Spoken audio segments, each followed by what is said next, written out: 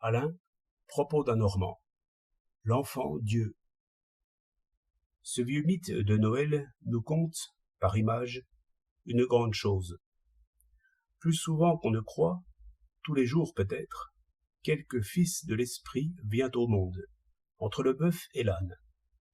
Sa mère, toute simple, et son père, un peu rustre, adorent ce petit roi qu'ils ont fait. Rien n'est plus divin sur la terre qu'un fils des siècles qui naît jeune, sans une ride sur le front, sans un nuage dans les yeux. S'il grandit entre le bœuf et l'âne, sans se mentir à lui-même, voilà l'ouvrier de justice. Voyez-le marcher sur la terre. Les choses et les hommes s'ordonnent selon leur vrai rapport dans ses yeux, miroir du monde. Il n'a pas 15 ans, et déjà il étonne les docteurs, et il les effraie. Un mot de lui va plus loin que leurs livres. Cela vient de ce qu'il regarde les choses, tandis qu'eux ne regardent que des livres. Aussi déjà ils complotent entre eux, afin de tuer ce mauvais esprit-là. Mais, en attendant, il faut bien qu'il cède devant cette force juvénile, qui pense avant de parler. Car le peuple écoute, le peuple reconnaît son fils et son roi, et lui fait des triomphes.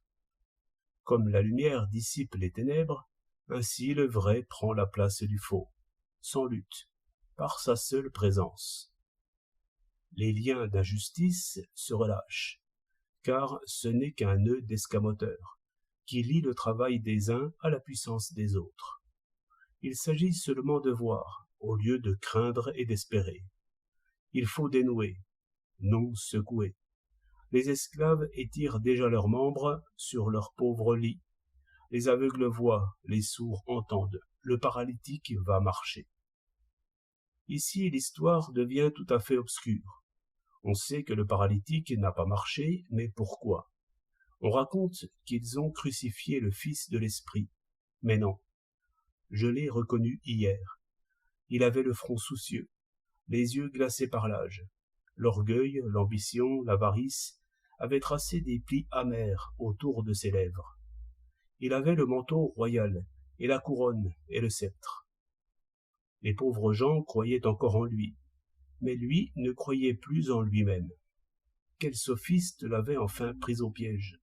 Quelle fausse sagesse était entrée en lui? Quelle lettre avait tué cet esprit? Quel diable l'avait emporté? Sur quelle montagne, quel royaume il lui avait offert?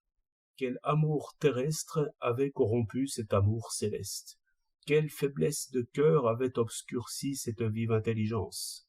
Quelle erreur l'a conduit de faute en faute, jusqu'à ce qu'il désespéra de lui-même, et enfin s'oublia lui-même? C'est ce qui n'est pas facile à savoir. Les gens simples ne cherchent pas si loin. Ils disent que l'enfant Dieu est mort à 33 ans. 26 décembre 1908.